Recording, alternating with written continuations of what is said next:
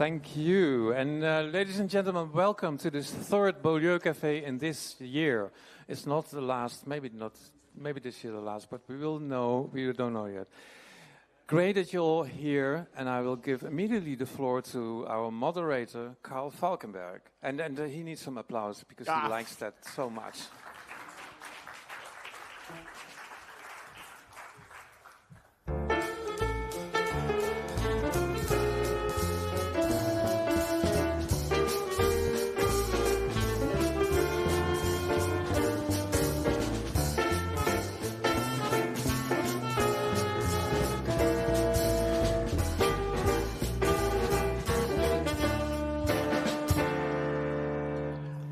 Good evening.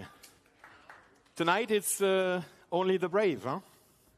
What a strange day for a cafe. But I must say, I'm very pleased to see you in such good numbers also. Seems to show that the formula works. So tonight we'll talk about farming, diets, and planetary boundaries. And for once, different from the last times, I have a little story I want to share with you before we start going into this. And it's a story that dates. And one of my members in the EU chapter of the Club of Rome sent me a letter, a mail, in fact, 4 weeks ago, saying to me, "Do you remember?" And it's all about Sicko Mansholt. Who still remembers Sicko Mansholt? Hey, says something about, no, I was going to say something about your age, but when I look at you, it doesn't. Sicko is the father of the Common Agricultural Policy in many ways, a Dutch agricultural commissioner who eventually, at the end, even for 1 year, was president of the European Commission. And in 1972, he who had argued for more production, with more industrialization, with more fertilizers and pesticides and larger entities, etc., he read Limits to Growth of the Club of Rome. And he changed so fundamentally position that he wrote a letter to the Commission, to his president, saying, "The way we work cannot go on. I have read this study by the MIT University, and that was together with the Club of Rome people, and we cannot go on like this. Agriculture cannot go on like this." Then he gave an interview, and the journalist asked him, well, considering what you have done in the last 10, 12 years here in Europe, in Brussels for agriculture, how do you square this? And the answer was, I have been a farmer all my life until the moment where I joined the European Commission and took this function. And so as a farmer, I have an intuitive understanding that the way we treat our soils with pesticides, with fertilizers, with all sorts of things, it cannot work. It is not sustainable. And he was saying, to illustrate this, he was saying, if I go into a pharmacy and I want to kill myself and I want to buy some arsenic, they will ask me a prescription. But if I go in the next agricultural cooperative, they will sell me tons of pesticides that will have the same effect. I find it interesting that someone can so fundamentally change his position because of one study. I recognize that it takes a lot of courage and it takes a lot of rational or preparedness to rationally deal with issues. But then he was solidly criticized for his approach by everyone else, including the then president of the Commission, Ortoli, who then stepped down. Mansholt became president. He was continued to be criticized over his change of heart and the fact that he tried to turn it around. And so less than a year later, he stepped down. because he could not go on developing the ideas that he had now understood in this function. And so he took the brave decision at the end to say, if you really don't want to allow me to move in that direction that I think is the right direction, then I step down from my role. I'm not telling this because I think we or the Club of Rome now should have the impact to make the present president step down. Nothing related to that. I just thought that it was a nice intro into a discussion on farm, food, and planetary limits. So, Louis, who do we have as our first guest tonight? In Brussels, where policies entwine, he champions the green and benign. From Portugal's shores to DG Environment's doors, with his natural charm, he's nature's front line. And ladies and gentlemen, a warm welcome to the Director for Natural Capital of DG Environment of the European Commission, Humberto Delgado Rosa.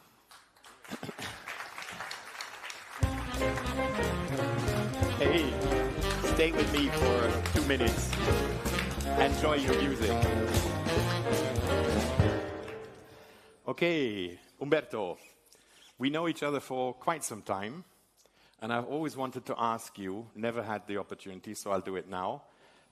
You had a pretty good function as Secretary of State in Portugal. Mm-hmm. Why did you come to Brussels? Well, the politics changed, so I was out of business, basically. Okay. And back to university. And I was not really a politician, no longer an academic. What was I doing? So someone told me, there's a concours open for DG Climate Action. Okay. I applied, and I was selected. But you are at the origin of my move to DG Environment. I'm very thankful to that. And to be in the Beau Lieu Café with you is an honor. Okay. Yeah. Coincidence. I saw the latest Woody 2 days ago, and it's called Coup de Chance. So the fact that we are here on this thing together is also a coup de chance. Huh? Je le crois. Please, have a seat. Thank you. Louis, who's the next on this famous couch? Since she was 9, she refused any meat. Her blogs made the veggie world beat. With a week sans le steak, award she did take, and the EU now helps her spread her feed. And here's our second guest and co-sponsor of this evening, the director of the Green Food Lab and founder of the Week Without Meat Foundation, Isabel Boerdam. Where's she?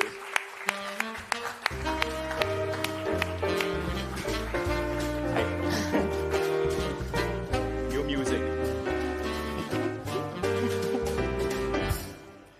Hi, Isabel. Very nice to be here. Good to see you. Who thought that it would happen, when we first talked? Exactly. But we made it happen. And what was the feeling coming out to a city under terror warning this morning? Yeah, it was extremely weird and a little bit scary. But at the same time, I'm so happy we're all here to discuss this important topic and to warm up my week without meat next week. Yeah, exactly. That's what we will talk about when the couch is full. So definitely. Please take a seat also. And the third? At CRAC, he leads with great skill for Belgian climate risks. He counts the bill. With IUCN ties and climate-wise eyes, his expertise gives us a thrill. A warm welcome to the director of the brand new Belgian Complex Climate Risk Assessment Center, also known as CRAC, Luc Bas.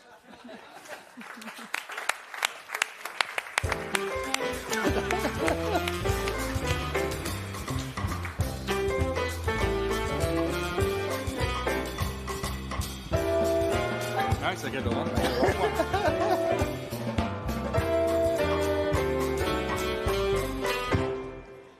For someone who's been doing these little pieces when on the other occasions, did you enjoy yours? Yeah, it's great to have one instead of giving all the time. Okay, yeah, exactly. I mean, Thanks. the one thing we didn't say is that not only are you such a bright guy that gives us a thrill on environmental knowledge in all corners of, but you were also the drummer and a very successful musician. So welcome here. Tell us, CRAC, Yeah. I know crack with a very different meaning. People do, yeah. So what is this Belgian crack? To the one you think of, there's definitely a risk involved in the one you're thinking of.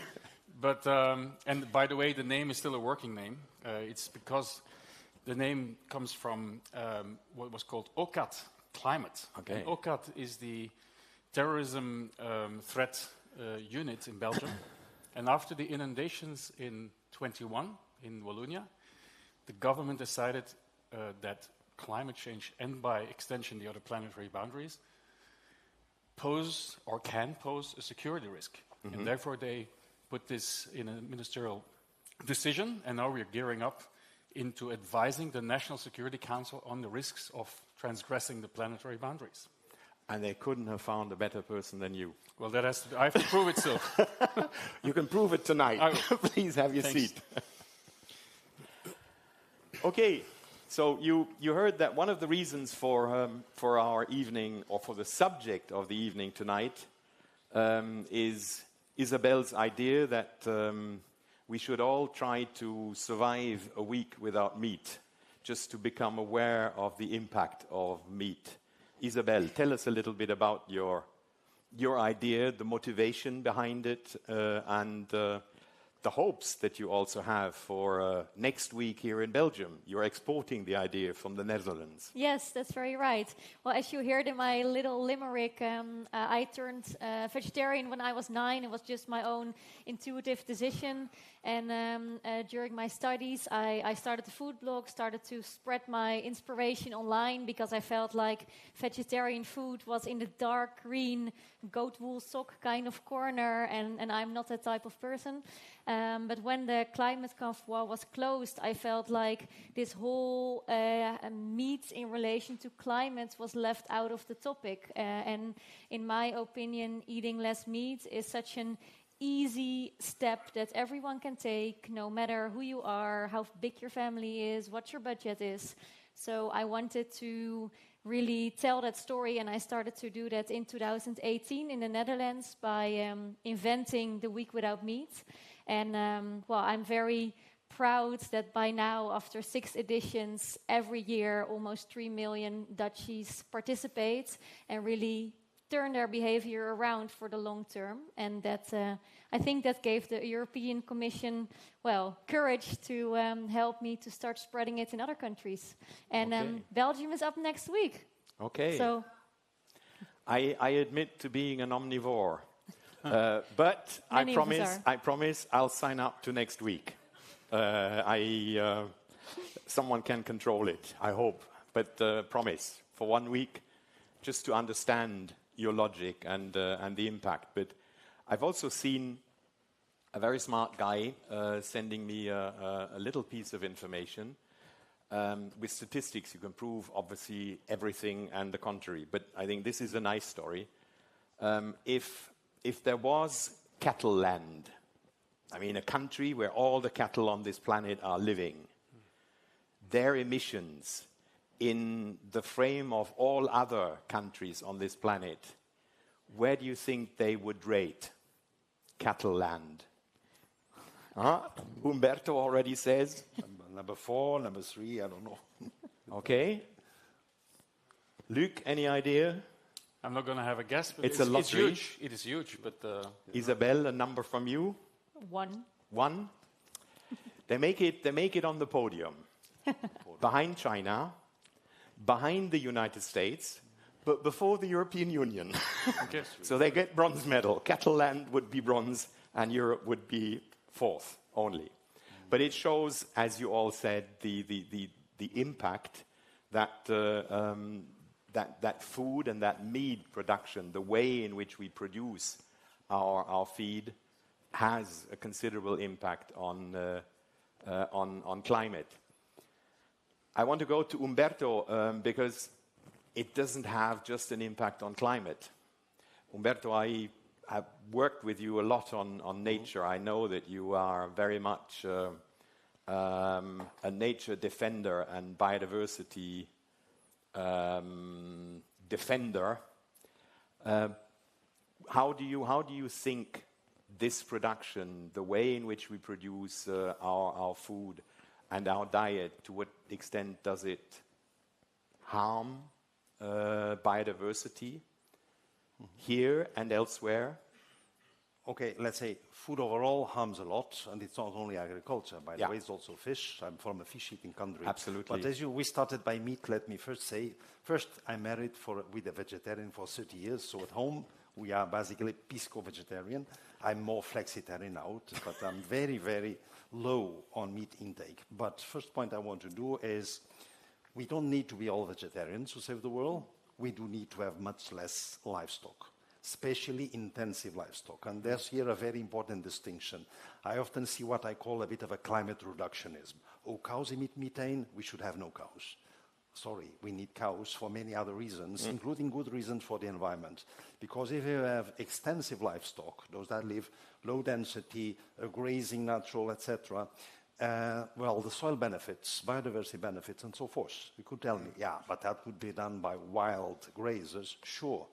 But simply, we humans are here for long, and in many places what you have is livestock. So just to set the record straight. But overall, I've read somewhere we are eating up the planet in the sense, well, we've always changed the planet for our benefit. We've done it through agriculture, but we have passed some limits in the sense that we went too far on pumping agrochemicals into monocultures, and that does not work because there's a payback, which is even for production. It goes down for health, for climate, for animal welfare, and many other reasons. I'm grateful that you already address also the fact that it's not all negative. The way we do it for the moment, it is pretty negative. We see the downsides. I mean, I have traveled the northern part of Europe. When you start in the Bretagne and you follow through Belgium, the Netherlands, northern Germany, into Poland, and you deviate a little bit into Denmark, nitrate is present everywhere in surnumbers, and our rivers are well beyond what is healthy levels of nitrate pollution. So there is a very direct link between the way in which we produce our meat. And I think there Isabel is right. But I also like this idea that you were saying that we don't need to go to the other extreme, and we can find ways where nature again becomes something, or where where husbandry, where animal farming can become something constructive, something useful to our nature.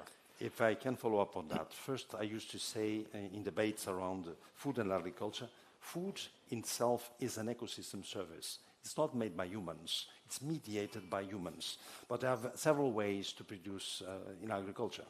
We don't have a single agriculture in the EU, but in some areas, as you rightly say, it went too intensive, too many animals.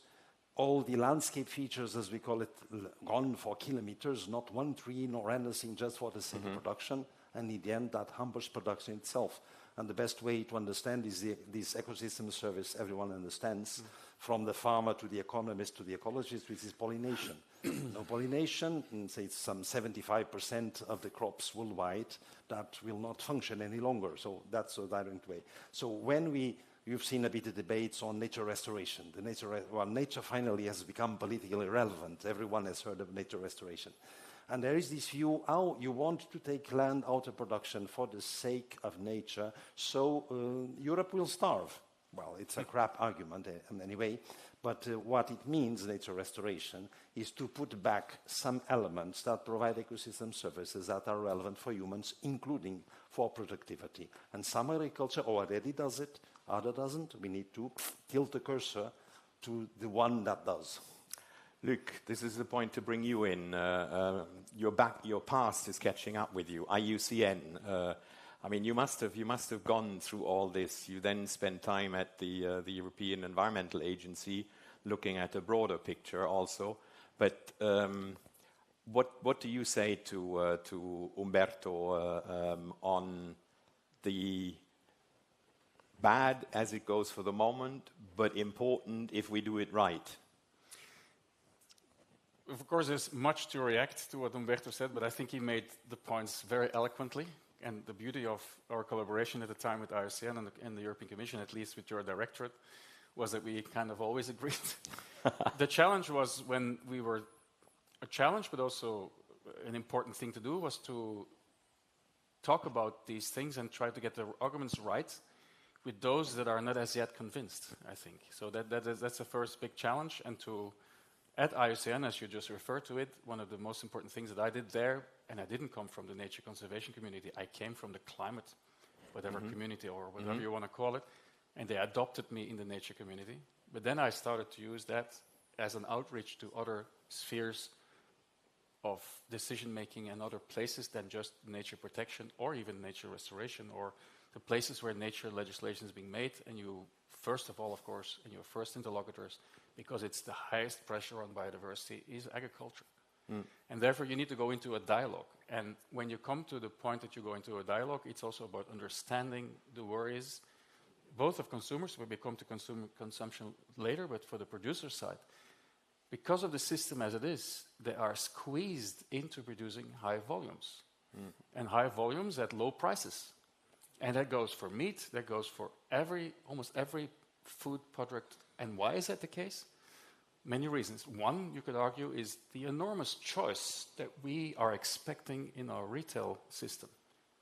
We are not, as soon as the choice diminishes, people start to make comparisons, whatever, to communist countries and the worst thing on earth if possible. So that's one thing. So there is this link on how consumption, how even media, how communication pushes people into consuming. It has to be low cost.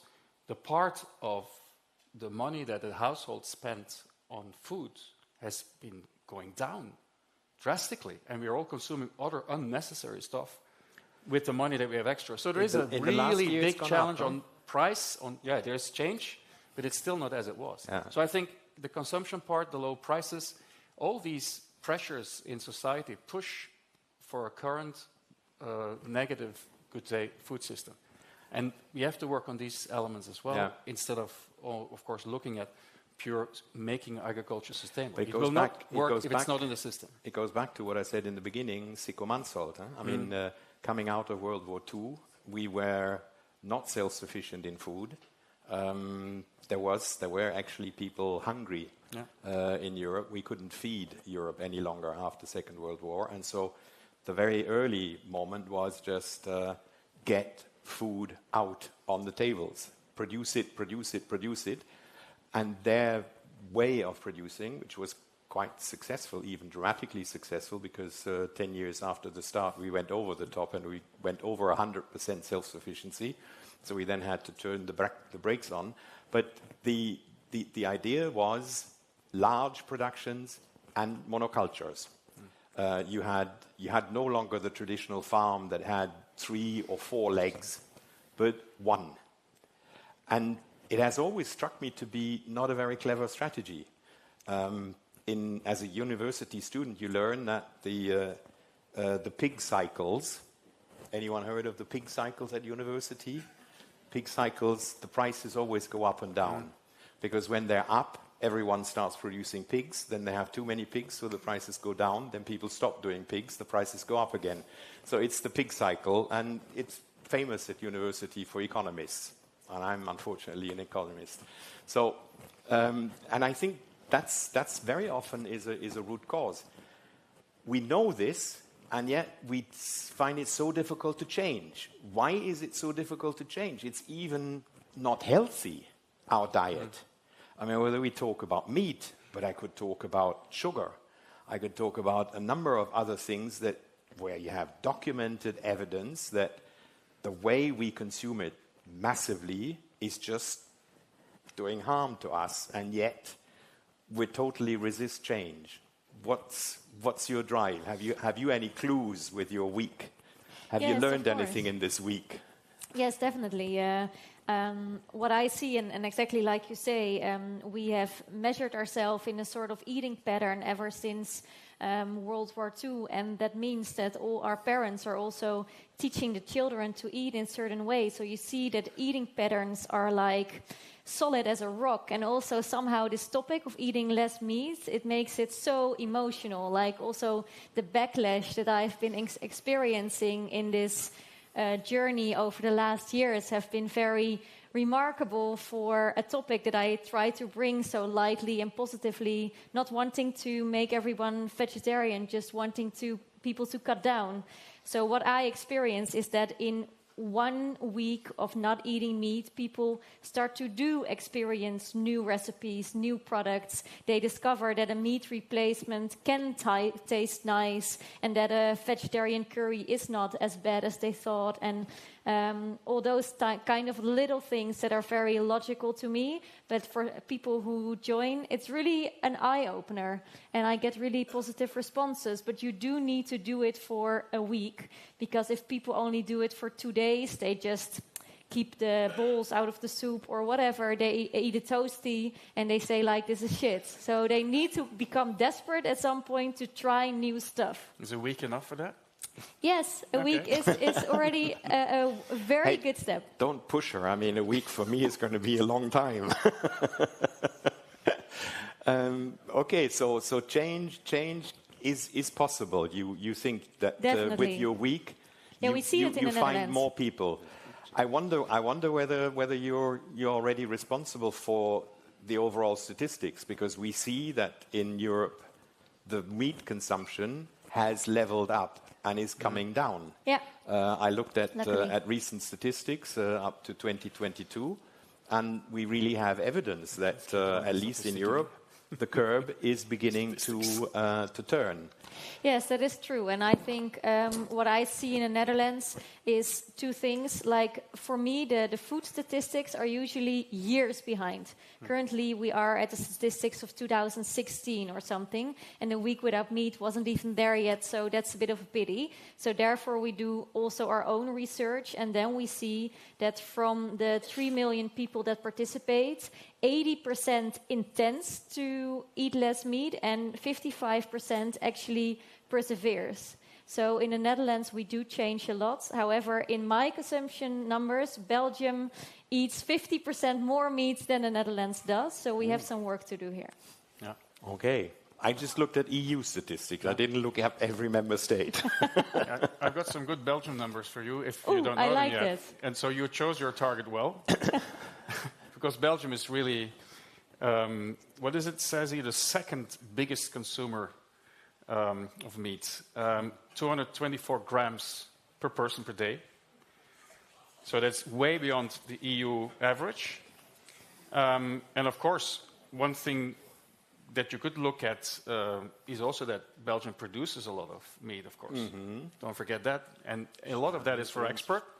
But you can see from the numbers, it's also to consume in Belgium itself.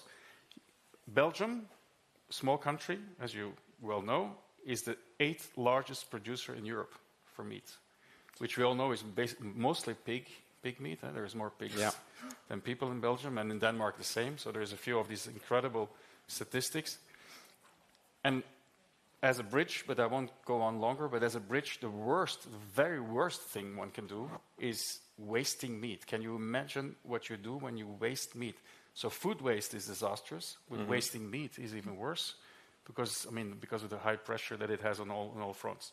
But later on, in a second round, I'll come to waste, because I think we should address food waste as well. We should talk about waste, but your numbers on Belgium just made me think about one of my trips to Argentina, where you obviously had to eat meat, and they asked me how much I wanted, and when I said 400 grams, they looked at me and said, "A lady's steak?" The men's steak was 800 grams. I mean, even I didn't want to imagine having 800 grams of meat on my plate and having to eat it in one go. But that's the way people look at it in some other parts. And other parts of the world, you do see that the diets are changing a lot. I mean, people are beginning to imitate kind of our diet. When you go to Asia, when you spend time in China, when you go to Japan, when you go to southeast of Asia, you do see a shift away from the kind of rice bowl to meat-based food. There's another shift, if I may, because as I told you, I deal with vegetarians for long. And I can tell you, I don't have statistics, but an anecdote, which is in Lisbon 20 years ago, for you to find a vegetarian restaurant, you really need to look for it. And nowadays it's full not only vegetarian restaurants, but vegan restaurants. And why? Because the millennials, the youngsters, the tourists, well, they just don't want to eat meat, or many of them don't want to. So I think there's actually a trend nowadays. Yes, in some places of the world, I say kicking out of poverty means eating more meat. But in developed areas of the world, we know it's not good for your health to eat too much meat. It's terrible for animal welfare. It's devastating for the environment if it's factory meat and so forth, and that's making a change. But I wanted to pick on something you referred, which has a little link with this. Farms, for long, were in themselves a kind of ecosystem where the crop would coexist with the animal in a cycle. So this green revolution, I don't think we mean the same green when we speak of the Green Deal, by the way, went in a direction of specialization. Monoculture, you put aside everything, you just treat the environment as amorphous, you put the inputs and get it out. That's what's the terrible side of it. But I think we are now have more of this. First, there's a good opportunity on this. Many Europeans cherish, well, we all like food, but many of us want what we consider naturalness in the food, whatever that means. Can be organic for some like grandmother used to do. And that's a good opportunity for these elements of agroecology to kick back, because that looks like more natural. But it does require balance. Huh? I mean, I remember coming back to meat and cattle production, milk production in Bavaria. I was invited to visit Bavaria, a very special place in Germany, and they introduced me for a whole day into what they called the Bavarian gold. And Bavarian gold is manure. That was the first time that I had a whole day people speaking with a lot of admiration, almost love, about manure. Manure, the gold of Bavaria, the fertilizer that helps us do all kinds of things. You gotta love your shit. I'm not Bavarian. But what comes out of this at the end of the day is that what you were saying in the beginning, if we put too many cattle on too little ground, then what they consider basically a pretty good fertilizer, natural fertilizer, and our plants need this kind of fertilizer. If you put too much on it, it turns into the reverse. Yep. And so we need to get an understanding that we have to rebalance, and that means that the intensive way in which we here in Europe, mostly indoors also, tend to grow meat is just counterproductive, because they produce all this shit. And we don't know where to go with it, so we dump it into our rivers, and that's then a real environmental disaster. But on top, we have to purchase all the food from the other part of the world, from Brazil, from Paraguay, from a lot of countries. So, and it increases in those countries, again, the monoculture approaches, because they plant entire countries full of soya at the expense of their own nature. So we need to turn, we need to shift, but we see these beginnings, and we see people beginning to say, we will do herding, and we will do it in rotating on a field, and then it becomes positive, even positive to CO2 emissions. Because then you prepare a soil with plants that actually are becoming a sink for some of the CO2 that we produce, and it can be captured there. For climate and much more, because, well, here in Europe we have humans around for millennia, and a good chunk of that was modifying the environment through agriculture. So actually we have a lot of nature that requires certain agricultural practices to remain. But that's usually the less economic ones that used to be done before, and not these intensive ones that the CAP pushed for understandable reasons.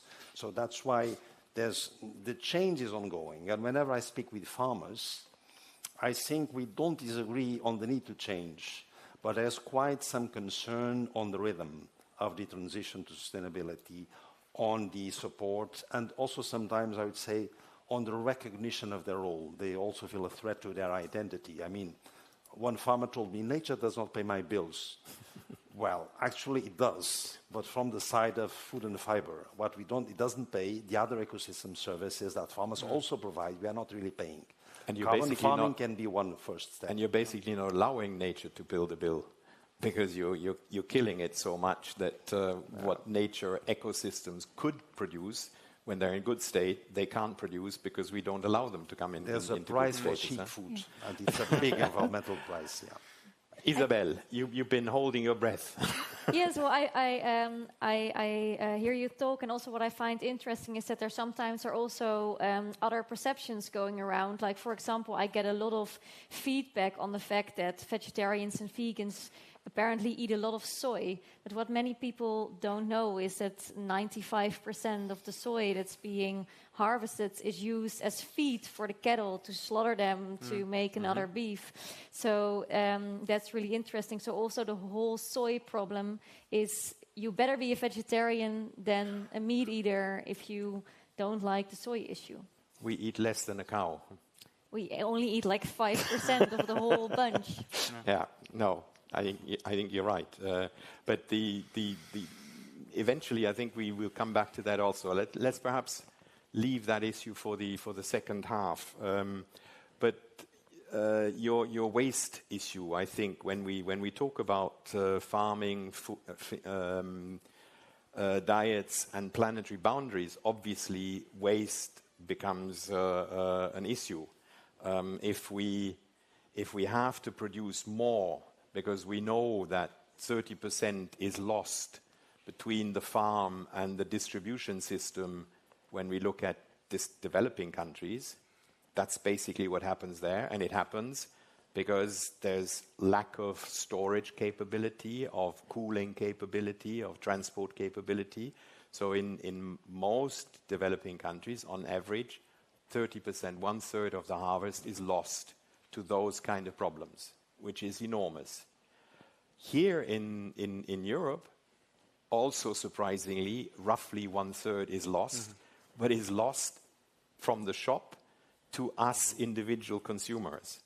We overbuy, and we then throw away what we have paid for. So how stupid can you become, honestly? Have you ever asked yourself the question? I mean, all of you go into that statistic. It's not just a handful who are doing it, but that's what we collectively do. And we need to deal with it. Yeah. We need to look at those issues also. So thanks for having started it, Luc. When you want to tackle that problem, which is, by the way, unbelievable that we are not even scratching the surface of doing so, you need to, of course, go into the reasons. And one of the reasons is the unpopular reason. Again, as I said before, if food would be much more expensive, at least at the end side, at the consumer side, we would be wasting less. That's the first.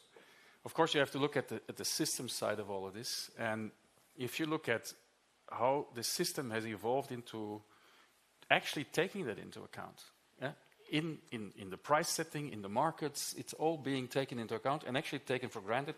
It's just normal. We're wasting it in the production. It's wasted at the end consumer side. And it's been, crazily enough, somehow accepted. So how do we move away from the acceptance? Is it the price setting, basically? No, that's one element. Normally, if you buy more, you buy less. You pay less. Huh? I mean, if you go into a shop and you buy 6 apples, they cost X, and you buy 12 apples, and it costs X minus something. Yeah. So we're induced through price practices into buying more than we actually need because we think this is cheaper. And then we throw away 30% of it at the end of the day. Another element of it is that we have to localize food production much more again. And now we're talking again about the production side. But again, it's also good for the consumer.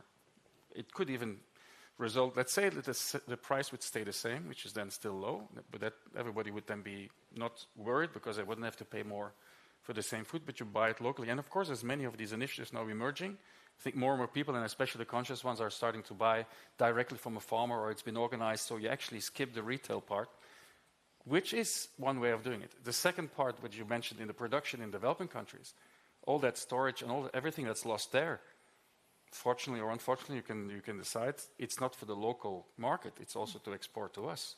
So on that transport link, there's a lot of loss as well. So if you go through the whole chain, there's immense loss.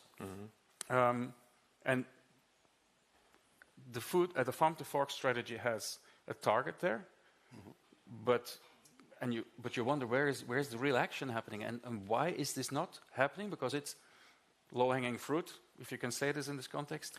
It's a no-regret measure. It's a no-regret measure, and we don't seem to be arriving at it. Humberto can tell us about the political difficulties of telling Europeans what they have to do or not to do. Yeah. Well, first thing... But this is a win-win, eh? Well, humans react very well to pain and pleasure. But of course, we cannot go and provoke pain and pleasure. But we have a good token for that, and that's the money in the wallet. So I think price is the right setting. In the shops I go, I pay per kilo. So I pay 12 apples on the same price as the same 6 apples. But I certainly don't pay the price of having the apples produced with the pesticides and etc. And that's the main issue for us to tackle on packaging, on excessive consumption, etc. You just put the right money tag and you get more results and whatever educational campaign and knowledge and so forth, because humans don't change their old visions from facts alone. Facts are important. They need some emotions. And apparently money raises some emotions, as you can see. Yeah. Is this... I mean, my belief in my triangle of sustainability is ecology, economy, and social. Price is normally effective, but not very socially just. Or am I making a mistake there? I think it's not a triangle, just to it's a wedding cake. With the environment beneath, but it's for humans. So if we don't have the right equity and the social disruption, it doesn't work. But I know there's many of these attempts to predict it as 3 pillars, for example, as well. The 3 pillars of sustainable development. And if you have done a lot on the environment, some argued literally, we've done enough now on the environment pillar. It's time about the other pillars, which is, of course, nonsense because it's the fundament of everything. Yes. Without ecosystems, there will be no food, there will be no production, there will be nothing. That said, I fully agree, and I was waiting for the comments and the questions and the rumbling. Pricing automatically can include an unjust transition. And it's the same with energy, it's with all what we consume. That means that when you do a pricing mechanism, it is trying to get those that consume too much to start thinking twice. Of course, the ones that are up there, it doesn't matter what it costs, that's a league in its own. Let's not talk about it. But it's the middle class. It's the middle class that actually consumes way too much, and they can afford to pay a bit more as an incentive. If you go into the lower income classes, you would have to have a correction mechanism, and you would have to assure healthy food for that part of the society and make the prices also lower, if you can, for the healthy food. Now we have so much unhealthy food, which is, by the way, expensive. Another thing that's really interesting to mention, and I think you may have read it in the news, there is a medicine, I don't know even the name, somebody may know the name of it, and it's a big deal because it actually reduces your appetite for sugar and for cookies and all of that. It's a big rumble in the industry, in the food industry, because of that medicine. It seems to be hurting that part of the economy that is producing unhealthy food. So just to see how many of these things are playing around and how much it involves. And just as to end on food waste, just to get people to realize how incredibly crazy it is, if food waste in Europe would be a member state, then it would be the 5th in the CO2 equivalent emissions. It amounts to 250 million tons CO2 equivalent in Europe. So it would be the 5th member state just from food waste. The climate effect, we're not even talking about all the other effects, and all the other effects on all the planetary boundaries. So it's completely out of the roof, and we're sitting there and looking at it. So we learned for food waste. There's targets proposed. There we learned about 2 new countries, cattle land and wasteland. Okay, I think for a first half, that's probably more than I can take. So let's take some music and enjoy a glass of whatever you can find over there, huh? and Still up for Belgian chatting beer. for you. Back in 20 minutes, but enjoy the music.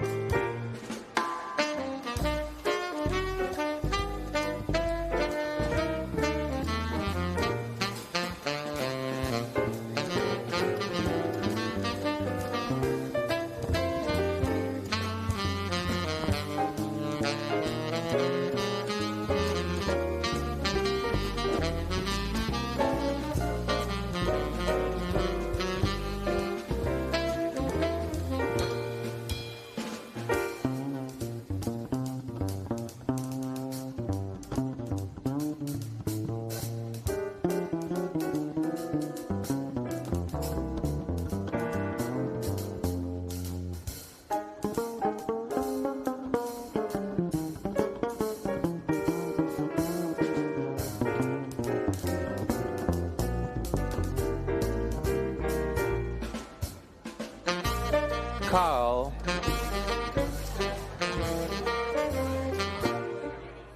There's a panel waiting for you, Karl. He's the most unmanageable Director General I have ever had.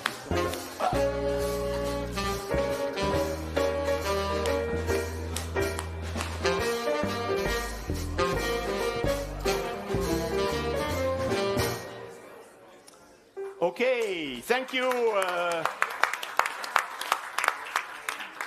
Four brothers, and I know they're not, but they're playing well. So thank you for that.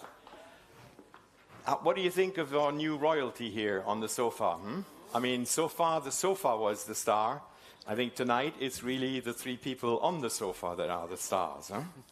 Thanks for a conversation so far. Now, where do we start again?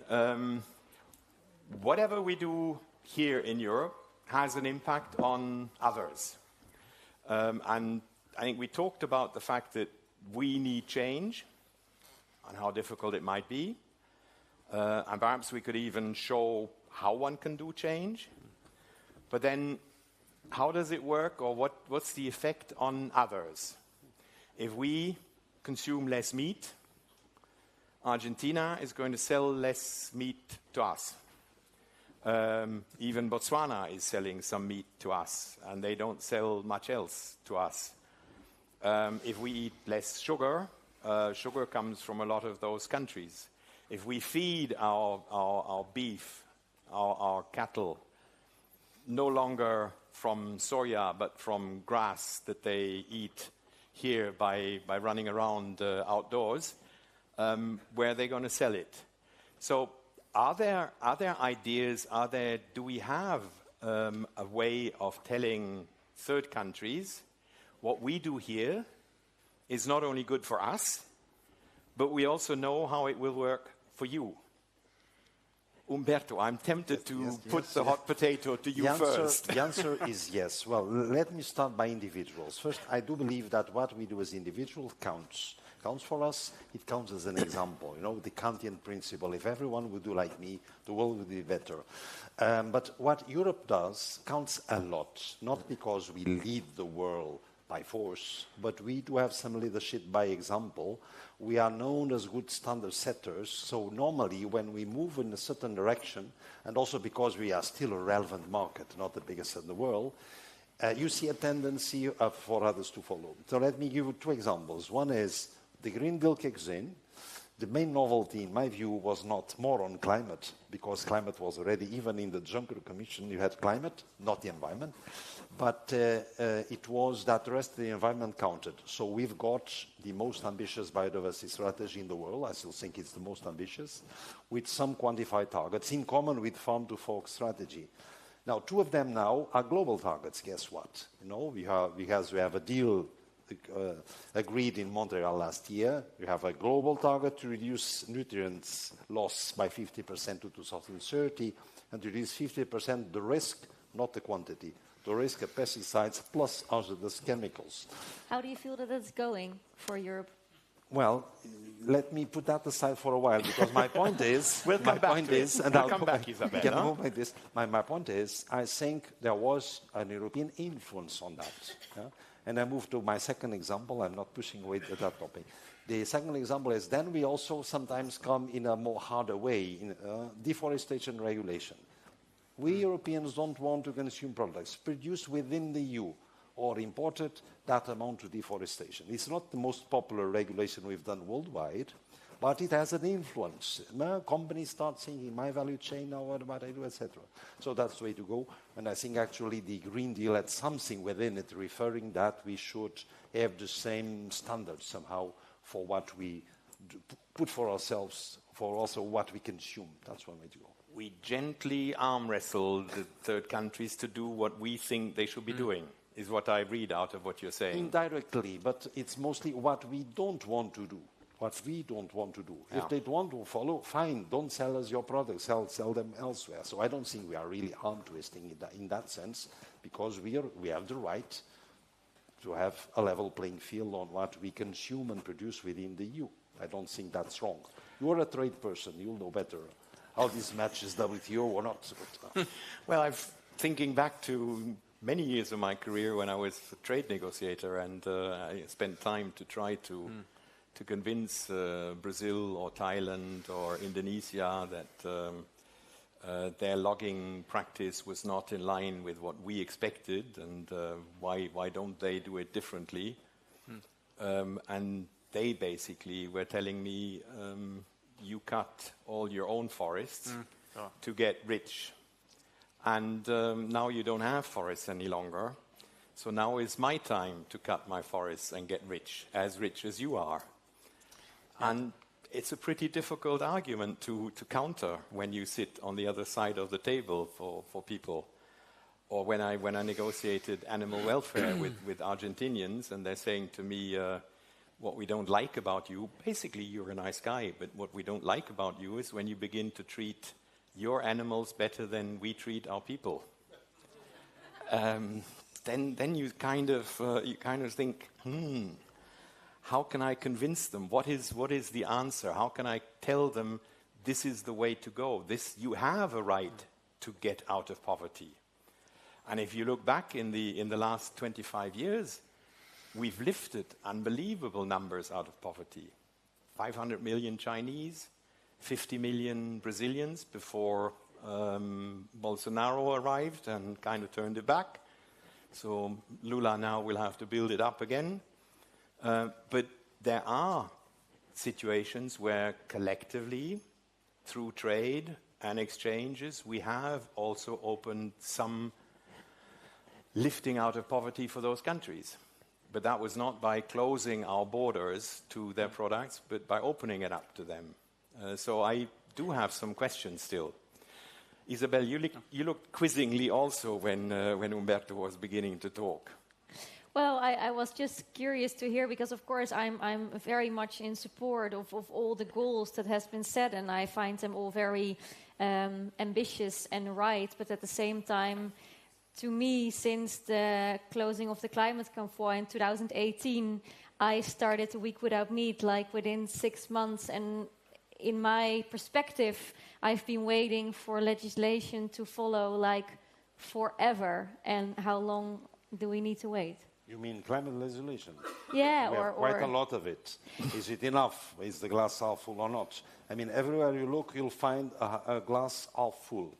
But very frequently, it's fuller in the EU than elsewhere. Not every time, but very frequently. That's where I think we have some role of leadership. But you ask me, oh, pesticides, how are you? Well, at least we have tabled the sustainable use regulation, launching major outcry, of those, we cannot pass without pesticides, even in sensitive zones. That's one debate. You look to restoration, which also has now a global target. We have tabled the nature restoration law with a major outcry, etc. And on nutrients, where are we? Well, in some, you mentioned, in some regions and countries of the EU, we are up to here on nitrogen because we went too far on intensification. Do you think we will make it climate neutral by 2050? I hope so. I must confess one thing. I'm an optimist by birth. But I'm getting older. I'm not sure if it's the age or not. I think the change is out there. But I'm not convinced that it's going as fast as needed for this radical transformative change that we need. So I try to see the nice side of the angle, but I would like to be more convinced, not for the sake of myself. For the few decades I have had, I'll be okay. When I'll have grandchildren, they may face some difficulties. Yeah. And do you think the European Commission or brother does everything they should? Well, she's going to sue you. She's going to sue you. No, I'm just curious. No, I mean, we cannot actually do everything that should be done immediately. It just doesn't work. It's the issue we need transitions a bit everywhere. And farming is a very good example. As I told you, whenever we speak with other colleagues, farmers, everyone agrees on where to get to. But how to get, with what instruments, what rhythm, what kind of practices to bet, what kind of public policies, that's a lot of data that humans are complicated for that. So I think I'm very proud of the track record of the Commission, notably the Green Deal and what it delivers. Humberto, I think the key point is what you just said. You're proud of what the Commission does. Isabel asked you what the EU does. Isabel, there is a difference between the Commission and the EU. And the EU, I would defend the Commission proposals quite even stronger than Humberto. I think we have put forward pretty ambitious proposals. But then we're in a democracy, and we have to find the support of 27 mothers-in-law, as I call them, my member states. 27 mothers-in-law I have to look after, and they decide in the end what is happening and not. Yeah. And then I have 700, and I always forget the right figure, 725. Is there someone from the parliament? How many are there? 700 and some odd. Well, anyway, somewhere in that area. And they need majorities. And what you see is that the wind is turning. I mean, the worrisome thing for me, I'm an optimist like Humberto. The worrisome thing for me for the moment is that we have been so ambitious that people are beginning to fight back, and that populism is beginning to win. And that's my biggest fear for the moment. It's not that Europe is no longer leading, but is that Europe may be falling back in line with those that haven't done it. Because as long as we regulated what enterprises had to do, and that's how we started. Farmers had to do things, fishermen had to do things, chemical industry had to do things, energy producers had to do things, etc. It was okay, and we had majorities in democratic systems.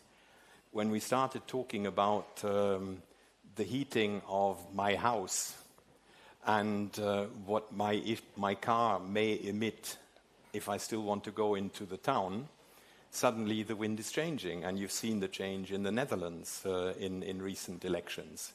I think there is a lot of worry there.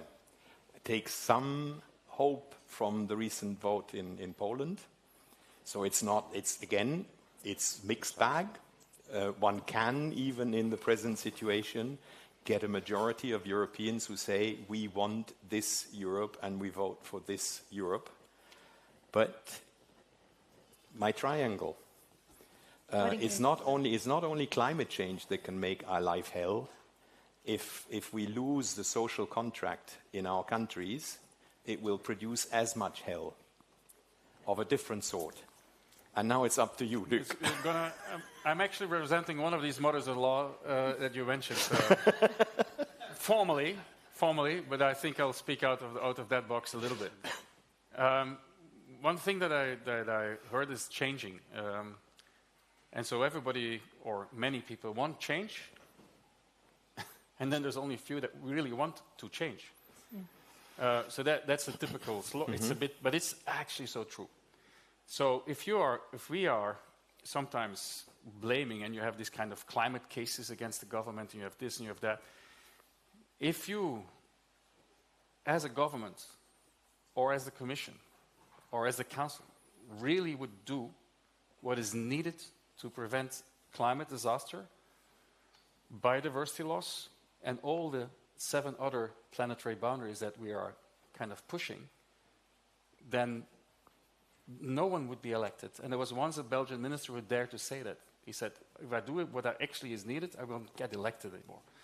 That means that it goes back actually to the people, and whether people are then well enough informed, first, but secondly, that all of that is happening in a fair way. And that is the huge, huge challenge, which is basically, if you talk about any of these problems, look at the farmers. Let's talk farmers, because there's a bit of a big debate here. If we want them to produce differently and fundamentally, basically less, because that's it, it's all about less, then we need to compensate them. Where do we compensate them from? From money that society collects. How does society collect money? By tax paying. I mean, it's like a stupid lecture I'm giving here. But it's basically what it is. It's all about redistribution of wealth. The whole climate challenge, the whole biodiversity loss challenge is one big challenge of redistribution of wealth. And that starts within the country, that starts in Europe, which is often east-west oriented, and it's globally an issue. Now, where it gets really uncomfortable is when you see, if you have to redistribute what is there, the whole point is that you actually have to redistribute less than we have today. And you still have to redistribute. So you can start to imagine what kind of real challenge that is. So I don't want to kind of overrun you all, but if we do not keep that as a target in mind, we will never get there. And therefore, we will not get all the stringent measures done if, at least in the country itself, we don't think of a proper redistribution and make sure that the people, the have-nots, are still there, but it will all be, in general, reduced. But that's uncomfortable, and that nobody wants, really. But it's a message that is resonating quite well with Club of Rome. I mean, Club of Rome, our basic belief is that we have one planet, and that planet is finite. It's limited. It seems huge, but with 7.5 billion people on it, we people have an impact on that boat, that ship on which we sail through space. And we have nothing else. I mean, we will have to live here with what we can produce here. And so the story that that there's only one cake, I mean, you're making it even a shrinking cake, but one cake that we need to distribute differently, I think, is on everyone's mind. And that's why I was trying to introduce this question of how does Europe relate to the rest of the world, because we have a big chunk of the cake for the moment, and others expect a comparable share of the trade of the cake. Sorry.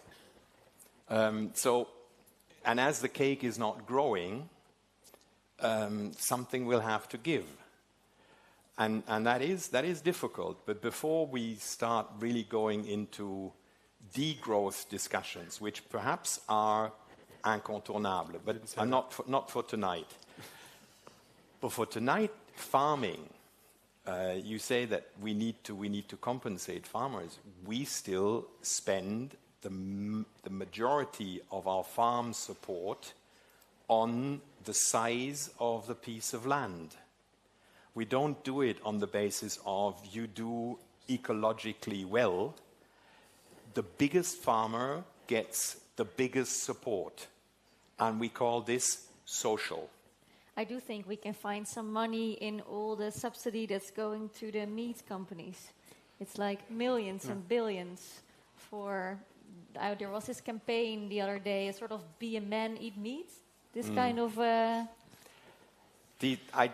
hope that there's no EU money in that. I'm pretty sure there isn't. I'm pretty sure there is. Well, there is. You're touching upon a very... In that campaign?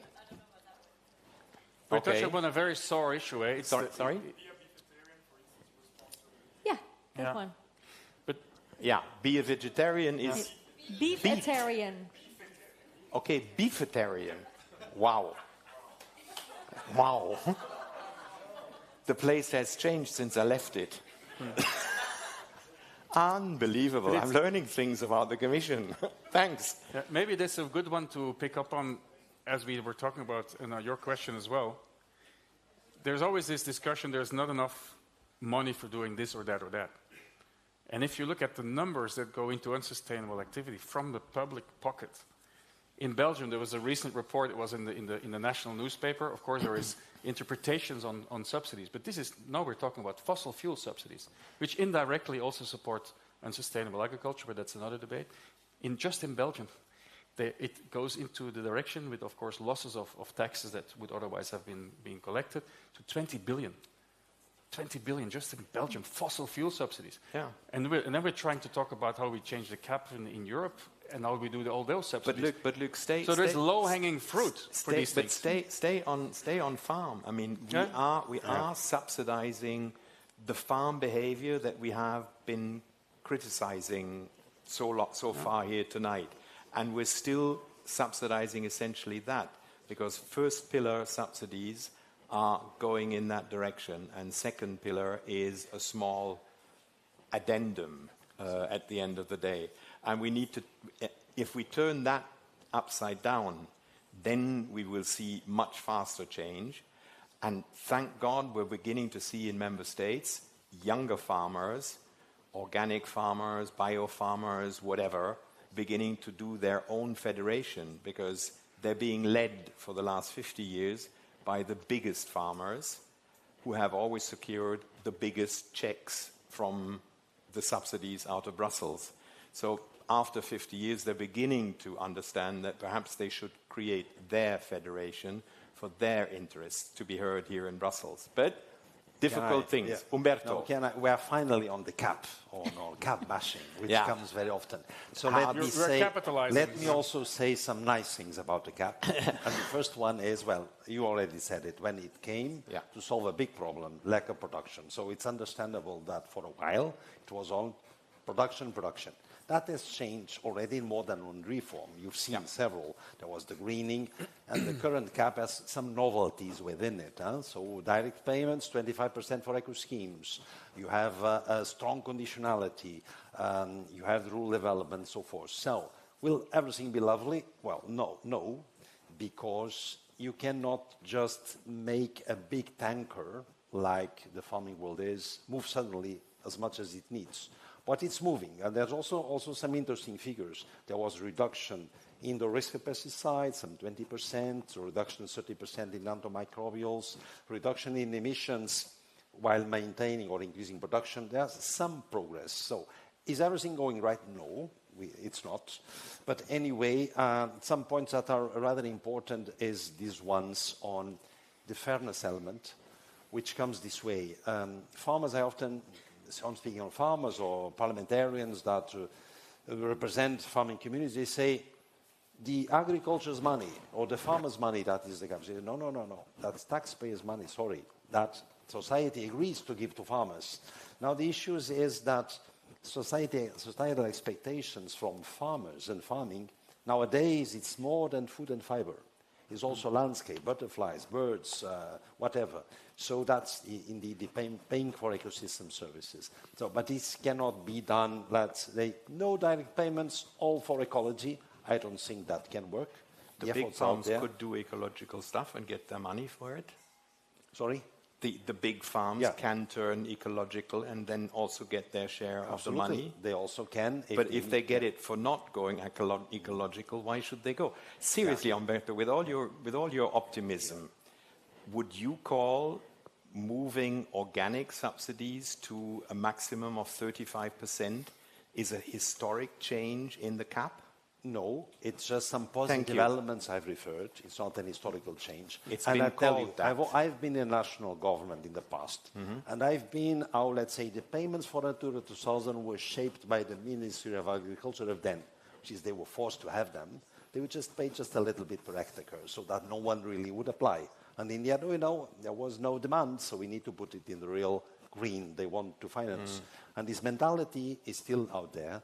But I believe it's changing, and part of the farming community. Well, let me tell you just one anecdote. A colleague from the Commission that studied agronomy, very, very knowledgeable on agronomy, told me she had to unlearn everything she had learned at university, which was fungicide, tillage, herbicide, X times. And she has seen in practice that functioning very differently from other approaches. So this takes time to change. I just try to see also the half-full glass, and I look forward for good ideas for the next CAP. I think it's not half full, it's 35% full.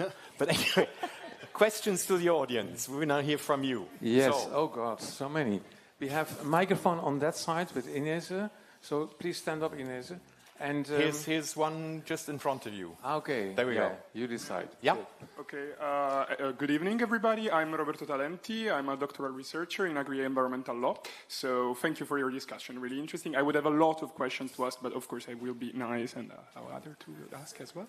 I would like to ask, when you talk about the really big issue of reducing animal food production and consumption in Europe, it's crucial, of course. I would like you to spend some words about the reason why this is really not happening, really. It has not been institutionalized, not even in the new CAP. I would like you to spend just some words talking about the power of lobbying organization, like Copa Cogeca, rewriting with their hands the CAP. I'm thinking about some amendments, in particular of the Parliament, October 2020 something also. And so this would be like the first question, like if you could spend some words on this. And then another one, super quick, about the Green Deal. Like the Green Deal is a new growth strategy. Like this is really written in the Green Deal. That's what it is. And so we are here with the Club of Rome, 1972, limits to growth, like super interesting. So it's nice to be optimistic, not nice to be eluded by something, okay? Like there is a really important difference between the two things. Is it possible to achieve the climate neutrality target with a green growth strategy? Is it based in science? Because I mean, as far as I know, no. But of course, like I'm no, but I mean, so I would like to know more about this. The difference between being optimistic and being, okay, like just eluded of something. You want to hear from someone in particular? Well, I don't know. I'm sorry. I was looking at you, but like everyone, please. No, I find it unfair to put Humberto in defense of agriculture. No, I'm fine to jump in. Humberto. I don't have the right quotation, but you reminded me that someone that said, if you believe that you can have infinite growth in a finite world, you're either mad or an economist. But actually, I come from the natural sciences, so sustainable growth is an oxymoron that we use politically because it's needed. We are in a system where you take out the word growth and everyone panics. So we need this transition, just for the sake of how we use the words, but of course it can still remain science-based, what is inherent to Green Deal or legislation. Now, the animal issue, let me put it this way.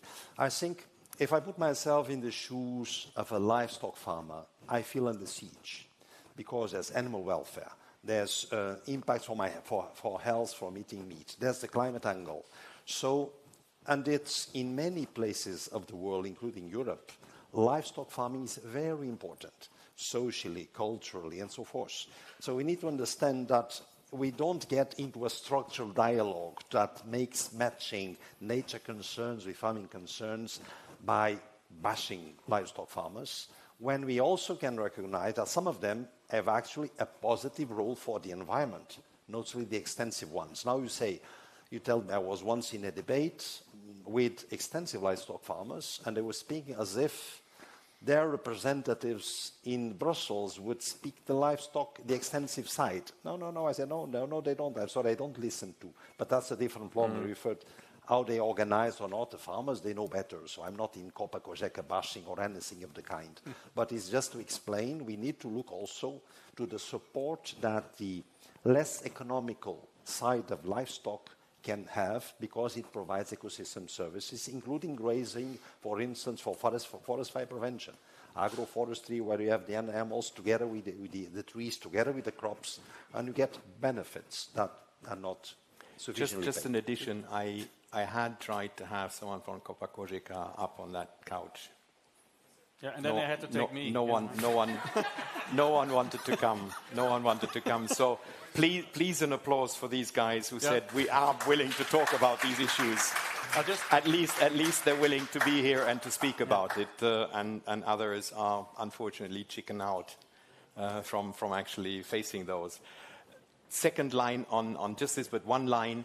I think where we need to be more careful is that we need to pace the change that we want more carefully. I can also understand a young farmer who has seen a regulation coming out, has invested on that basis, and the year later he comes a new regulation, which basically means your investment is vain and you can throw it away because we have changed within 1 year. So there is something where we need to take those realities also into account in how we try to shift this tanker.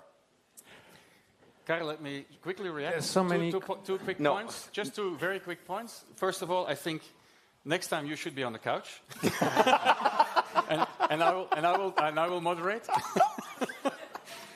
But also unfair.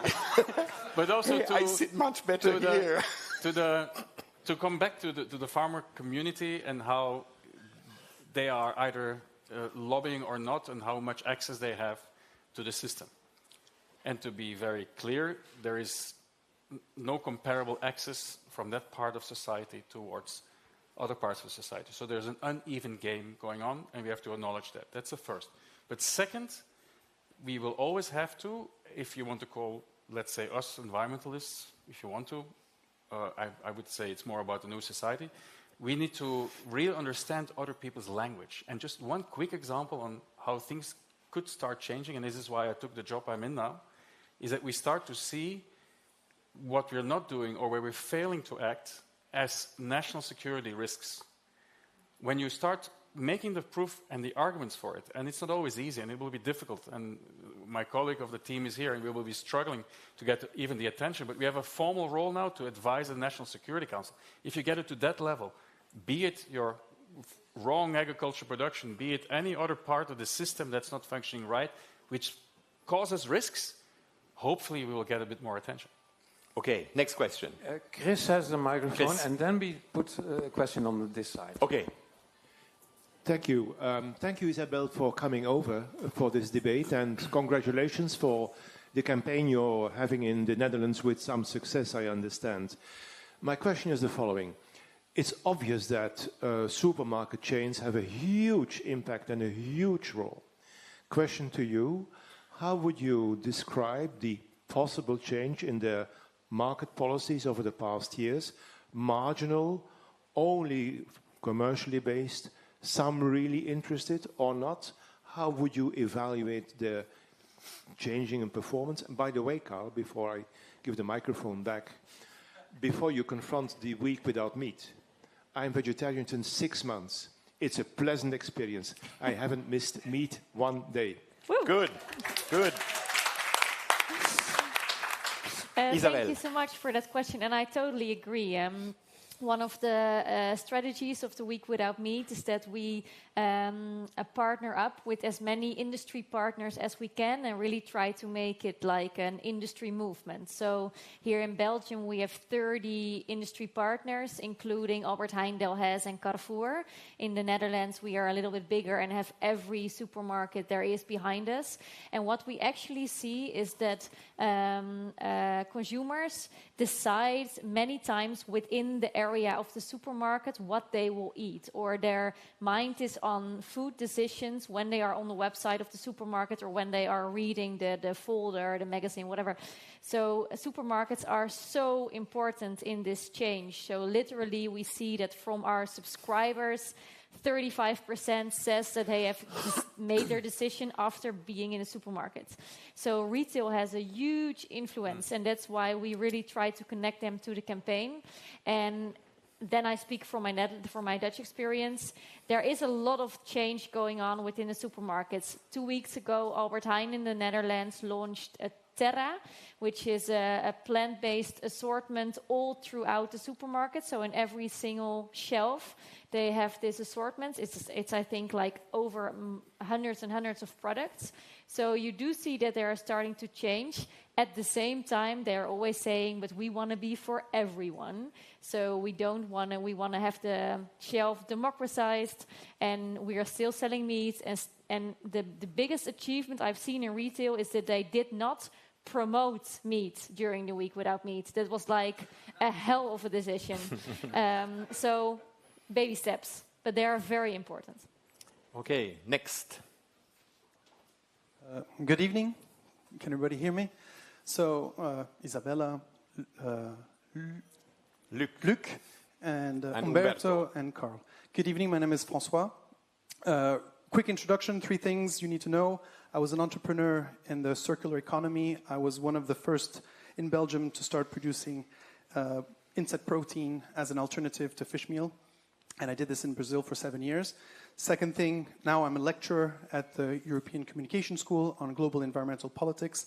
And thirdly, I joined a pan-European movement called Volt, and I'm now on the Belgium board. And I'm helping write policy at the European level and at the Belgium level. So one thing I share with the members of our movement is that we're entering the 6th mass extinction event in life's history on Earth. And when you look at the reports from the United Nations or WWF or all those organizations, 60% more or less is due to overfishing and agriculture. Those two combined is 60% of all the biodiversity loss that you're seeing currently in the world. And climate change is responsible for approximately 5 to 7% of that biodiversity loss. And so talking about the food chain, not only as a climate change issue, but as a biodiversity loss issue, again, we're entering the 6th mass extinction event in the history of life on our planet, like when the meteorites hit the planet when we had dinosaurs. So, I mean, as far as I'm concerned, this is the big news. You know, this is the crisis. This is like, you know, more than anything else, more than the fact that we're running out of fossil fuel. So I try to put that a little bit at the top of the agenda. And so right now I'm trying to write policy on the common agricultural policy because, again, overfishing, agriculture, 60%. That's what it represents. And we can give an example for the rest of the world. Sorry? You're another candidate for the sofa, I think. No. We can probably in 10 years. Maybe in 10 years. But my question is, because I was able to witness in Brazil and in other parts of the world these alternative agricultural techniques that are being developed. A lot of people know about Alan Savoy and like regenerative agriculture, but there's also something called syntropic agriculture, which was developed by Ernst Gutsch, a Swiss guy in Brazil, and he's also thinking about scale, because it's all about scale at the end of the day. And so the question I would like to pose to you, and please, all three of you, please try to chip in, okay? At this point of, you know, of the discussions, to which degree these alternative agricultural regimes, which are based on ecosystem building, are really being considered as alternatives within the common agricultural policy. FYI, 60 billion euros are oriented towards, you know, our subsidies towards agriculture in Europe. How, well, I mean, to which degree are we really thinking about reallocating those subsidies, 60 billion euros, towards these new forms of agriculture, which are ecosystem building and CO2 sinks? We got the question. We got the question, but you had the answer. We talked about 35%. So there's your number. That's it. No, Humberto wants to be more elaborate. Yes. Well, first on the 6th extinction, I happen to come from evolutionary biology. Yes, you're right. Of course, it's just a detail for the planet because in 10 to 100 million years, we'll get back biodiversity. But for humans, it's dramatic, I can agree. But the issue is, my point is, let's say, first, it's the farming community, yes, but it's also industry and retail. And I was just in Milano in the European Business and Nature Summit.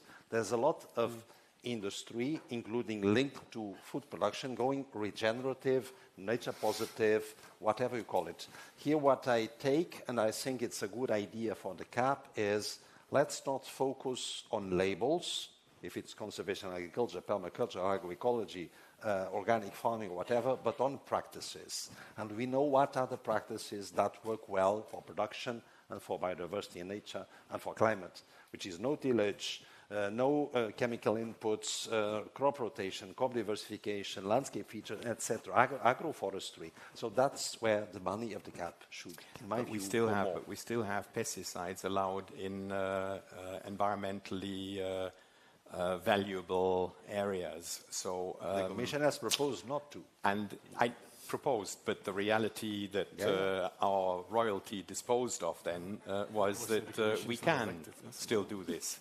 And I think that's very. It's always important to make this distinction: what has been proposed and what has been decided, because then you know where the blame goes. But in this game, where you hide all this, the blame goes to the Commission. But the responsible for the decision making sit in Council and in Parliament. They vote. Yeah. We propose. We work out solutions. We put them on the table. But they dispose. That's our democracy, and I defend that against all the odds. That is essential. We need to move that democracy in a way to go there. But just a number, organic and bio in Europe in the last 10 years has been the only sector growing in surface covered, in employment, and in output. The other is decreasing. So there is a shift, but it is still in the single digits. So it will still take an awful long of time if we don't change those numbers, 35 for ecological farming and 65 for classical farming. As long as we don't change that, my number, 35%, to your question, stands. Okay, can we answer to the question? Yes, you were supposed to. Sorry. No? No, Okay. go ahead. No, we take one more question. I can actually do it very short. There's two things I wanted to say about it. First of all, there's always two. Why not one? Because I'm reserving some space. Okay. Yeah, in. One. No. On the Commission side, and in defense of Commission, but it's also tricky to do that, and you'll hear why. Thanks to the Commission in the EU, we are where we are when it comes to environmental matters, because if it would have been the independent member states, we would not even be anywhere close. That's the big glass half full. Yeah. The reason why is a bit more worrisome, because the Commission doesn't get elected.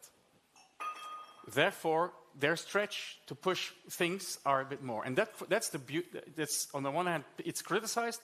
At the same time, it's a beauty because we dare to go a bit further because those people won't be elected. So that's one big thing. Of course, unfortunately, it could be done with the cap, but then there is the vested interest that you mentioned, and that seems not to have come true. So that's the first. And the second, very that's already the third. No, that was only the... Hey! I wanted to say, if you want to, and this is also controversial, but if we have all current traffic, private traffic, electrified, we are in trouble because it's just not possible, because we don't have the resources to do that. But we are all not thinking otherwise than just replacing the current car fleet. The same goes, and here it gets really tricky, is organic farming. If you would have all the consumption that we have today having to be produced by organic farming, we wouldn't have the land. And so we are back to square one, and that is my... Big debate, but next question first. It's about less consumption. Hello. No. I think that side, and we take two questions together now, because otherwise we won't. Yeah, Hello. One there and one here. But ladies first. We're classical. My name is Renata. I'm a trainee at the European Parliament. Thank you so much for this discussion, also for being so open for honest discussion. So I would like to rely on previous intervention, also mention the planetary boundaries. We know there are 9, and they are meant to not be crossed in order to allow future generation to thrive and to develop. And as we know, 6 out of 9 has been already crossed.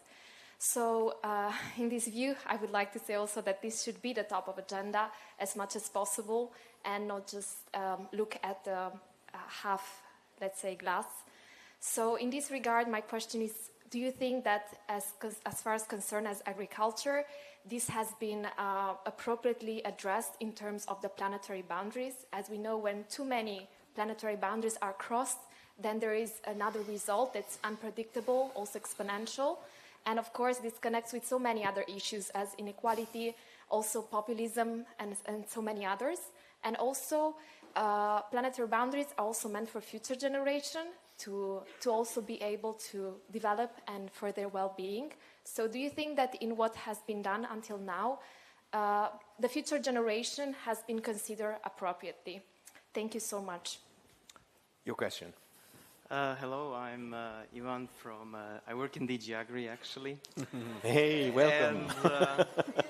And, I have my own opinions, but in Agri we have free discussion, but everybody who comes to Agri, we are confronted with some facts, which Agri, the whole institution since inception, could not resolve, even before sustainability talk began.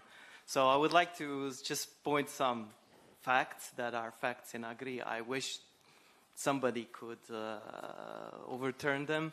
But when we come to Agri, we're confronted, the first fact we are confronted is that relative to the whole economy, farmers get less income. So even compared to the developing world. So farmers in the developing world have a relative higher income than European farmers. And there's also indication of this that we every year we count the following number of farmers. So every year there's less, so there must be something going on. The second sobering fact we got actually last week from AgraFacts is that the verdict for farming also looks bad from the financial sector, because you can check it out, and it was in AgraFacts last week, that the amount of refused loans to farmers amounted to 69 billion, which is larger than the whole CAP money. If they didn't receive the CAP money, imagine how bigger this refusal rate would be. And much of these investments are also for sustainability. 47 of these refusals were for young farmers. Banks still give more money to older farmers. And another sad fact that I was also confronted with, that who is the biggest defender of these per area payment? We see small farmers defending per area payment because they are the simplest one. This is what the farmer who has no expertise, no knowledge, sometimes their literacy rate is also not that high. The per area payment is really the simplest payment they get, and this is sometimes usually the only payment they get. Even they do extensive agriculture, they still get the per area payment. I mean, I would wish that somebody could give some answers to this, or give answers to Agri. I'm happy. I started debating Agri on that, but many years ago, and I mean, I hear your facts, and some of the facts I can echo, and I'm sure on the sofa you will hear similar things. But just two things from me. My experience is that young farmers are anything but stupid. They are pretty clever on average. They are educated. They know about accounting systems. They know about handling their crops, etc., etc. So don't caricature them as the farmers of, I don't know, 300 years ago. Those young farmers are pretty well educated, clever people, but they are very often misled, and we have misled them over the last 50 years. We have set up systems of support that actually worked in the direction in which they have worked. And that's more in the interest of the agro-industry than of the farmers. We told them, buy more pesticides, buy more fertilizer, and you get more out of your soil. And what we haven't told them is that this is running after their investments constantly. Invest more, invest more, invest more, and in your pockets, nothing. One of the interesting facts is that organic farmers who get out of this system, who don't use the pesticides, who don't use the fertilizers, they get comparable crop harvest, but they have a lot more in their pockets because they haven't spent this money that goes to the agro-industry. And that's why, in fact, a lot of this sector is growing. Because from farmer to farmer in the regions, how did you do it? How did you manage to have more for yourself? By buying less, by not overusing pesticides, by not overusing fertilizers, etc. So there are things. And on the fact that we still have 65% on acreage, you know, if I tell you the whole thing, but a few years ago, who was the largest individual recipient of farm aid? The Czech Prime Minister. No, that's after my period of time. It was Queen Elizabeth. Queen Elizabeth. And the second largest was Prince Charles. Now you tell me about a social policy. They really needed definitely support. And that's where the majority of our support has gone. And then your Czech example, and in Germany, you can almost quote individuals who have pulled the essence of that money. And they happen to sit in the national federations and guiding those national federations. I've never understood why younger farmers have simply supported their claims here in Brussels. But that was the rule of the game in the past, and it's beginning to change. Thank God. Last round in the panel. So now it's over to you to take the other issues. There was a parliament. I mean, I would like to do it, but I'll leave the floor to you. I start? Humberto. Let me try to go quickly. First issue on the boundaries. The issue with the biodiversity lenses, we look to the drivers of biodiversity loss, which are well known scientifically. They are 5 and ranked. First is land use change and sea use change. The second, over exploitation. Then you have climate change, you have UN pollution, then you have invasive alien species. Agriculture is not the single cause of this, but it's linked to every one of them, notably the land use and sea change. Now, one point which is relevant is the message on we are depassing planetary boundaries, etc. Let's say the doomsaying does not allow to build a political agenda.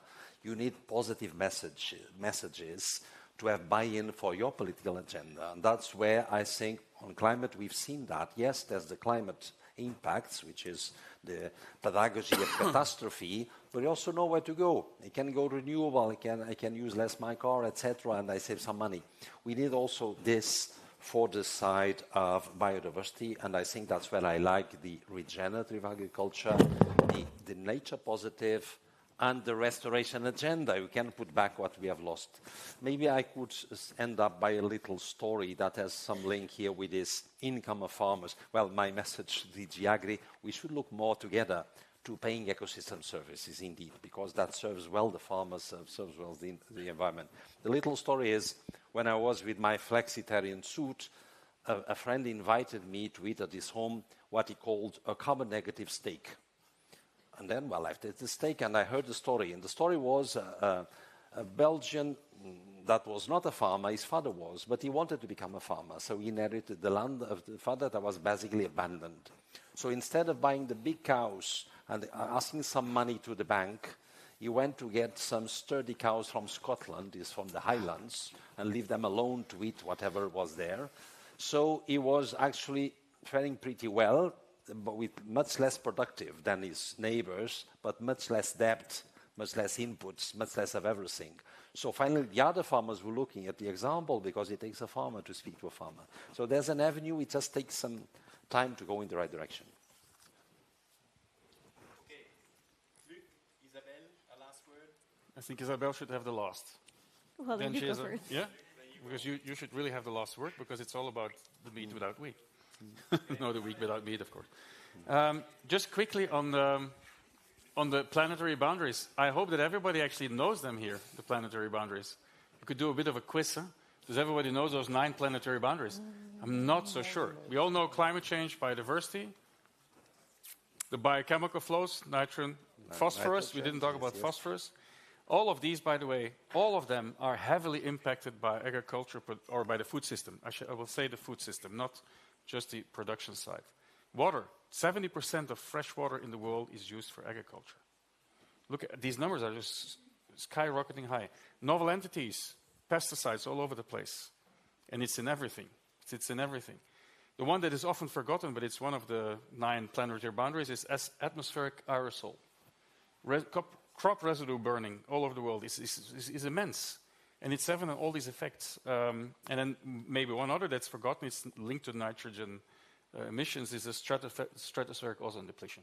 So those are the other planetary boundaries. And agriculture has a big chunk of responsibility. The final one on climate change, it has been said, 1/3 of the anthropogenic emissions is from agriculture. 1/3 around the globe. So the immensity of the impact of the food system on our environment is completely actually underestimated, because when we talk about climate, when we talk about all the other challenges, it's often the energy system, the transport system. We're underestimating by far the impact of the food system on the planet. If we create a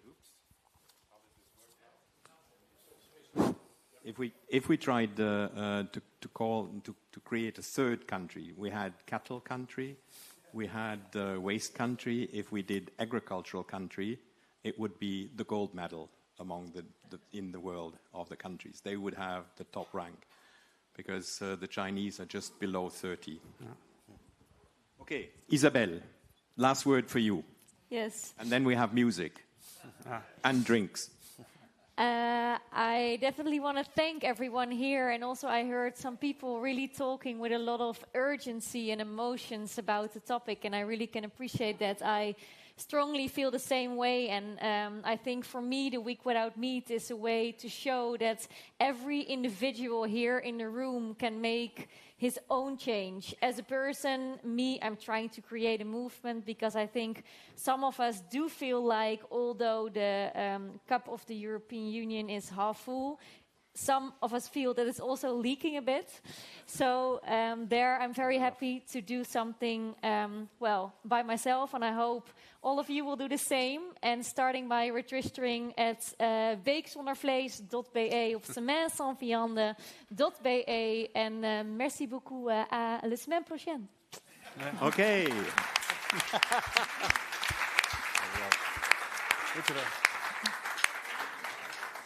Martin, over to you. Okay.